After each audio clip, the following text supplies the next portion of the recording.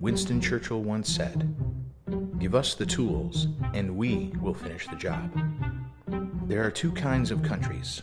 The first kind has functioning institutions and a defined value system. In such a country, changing government is a matter of elections, and changing the economy is a matter of policy. The other kind is what we call broken countries. Lip service is paid to ideals, but the reality is ugly. The structure of government and the text of laws are the same as in first world countries, but neither the country nor its people are self-sufficient. Taxes and even foreign loans, foreign aid and charity funds are stolen. What is not stolen is wasted. Top officials, clerks, business leaders, cab drivers are perceived as incompetent at best, dishonest at worst. Citizens are unable to feed and house themselves. There is no real rule of law. Graduates are unemployable.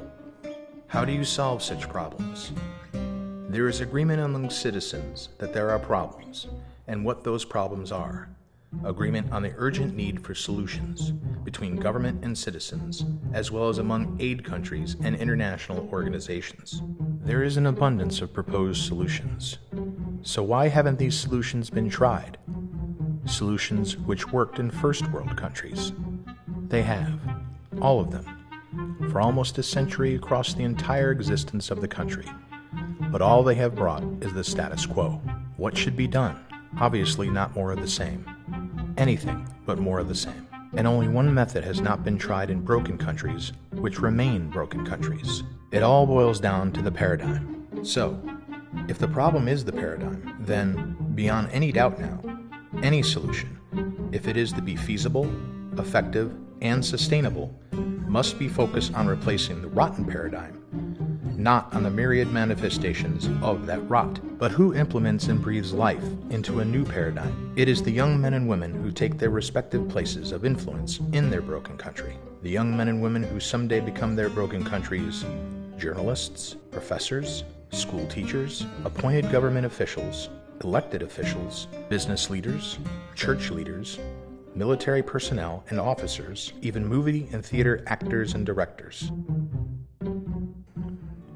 The Herald Doctrine holds that 1. The paradigm shapes everything, and 2. Statesmen do not emerge from nothing. Exactly the same tools which have worked elsewhere, applied in broken countries by intelligent, educated, and qualified people, both local and foreign, applied for decades to a century now, at great annual and vast cumulative expense. Statesmen do not emerge from nothing.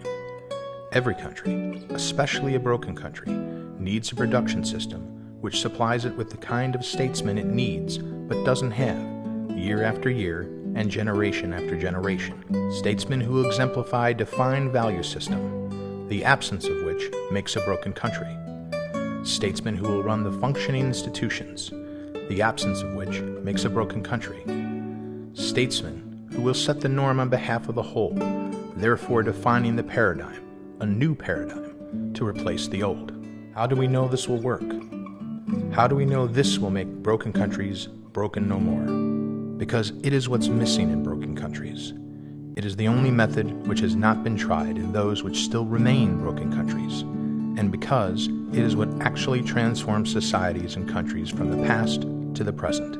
We have had the historical precedent across the ages.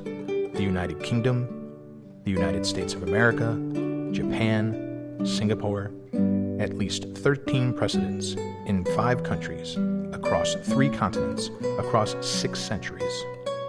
We are Herald Institute Foundation. What does Herald Institute Foundation need? We need you. We need you to lend us a hand. We know we must prove that this will finally turn a broken country into a self-sufficient one. Not for free, rather, as a loan, which we are to repay to you, or for us to pay forward to your pre-designated next recipient, as soon as we have completed the job. We are Herald Institute Foundation. Visit our website at www.heraldinstitute.org.